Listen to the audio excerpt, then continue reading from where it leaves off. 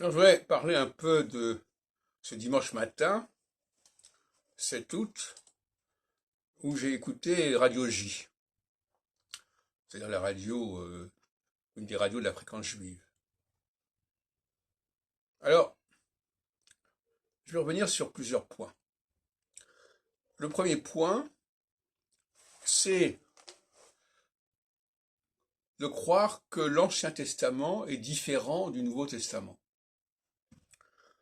En réalité, l'Ancien Testament prépare le Nouveau Testament parce qu'il est l'œuvre à 80% dans sa formulation finale du royaume d'Israël. Et ce royaume d'Israël est très proche quelque part du christianisme, d'où l'expression d'ailleurs de Jésus, je suis venu pour sauver les brebis perdues de la maison d'Israël. La maison d'Israël, c'est le royaume du Nord.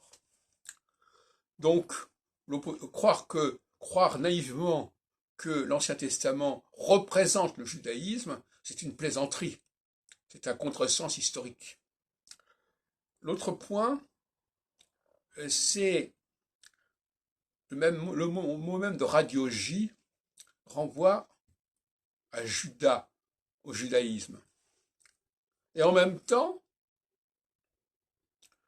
on parle tout le temps d'Israël. Alors, il y a le J et il y a le I. Alors, le problème, il est double.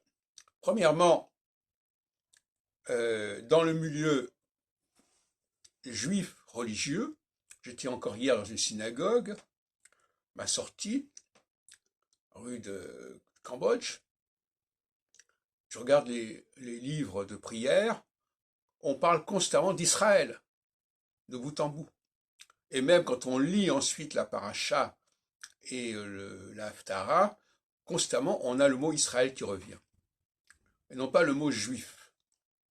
Et surtout pas le mot Yehuda. Yehuda, alors, il y a une récurrence constante de Israël, mais alors, Yehuda, ça n'apparaît plus. Bon, ou ça apparaît exceptionnellement, il n'y a aucune commune mesure. Et d'autre part, sur Radio J, on parle beaucoup de ce qui se passe en Israël. Hein, et les informations sur la vie politique israélienne.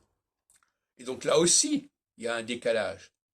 Donc il y a Radio J, comme il y a d'ailleurs aussi Judaïque FM, comme il y a aussi RCJ, tout ça ce sont des J, et chaque fois, et notamment pour le vendredi, mais pas seulement, chaque fois, on nous parle d'Israël, au sens biblique du terme, et on nous parle d'Israël au sens politique du terme. Alors, il y a une sorte de schizophrénie là qui est assez énervante.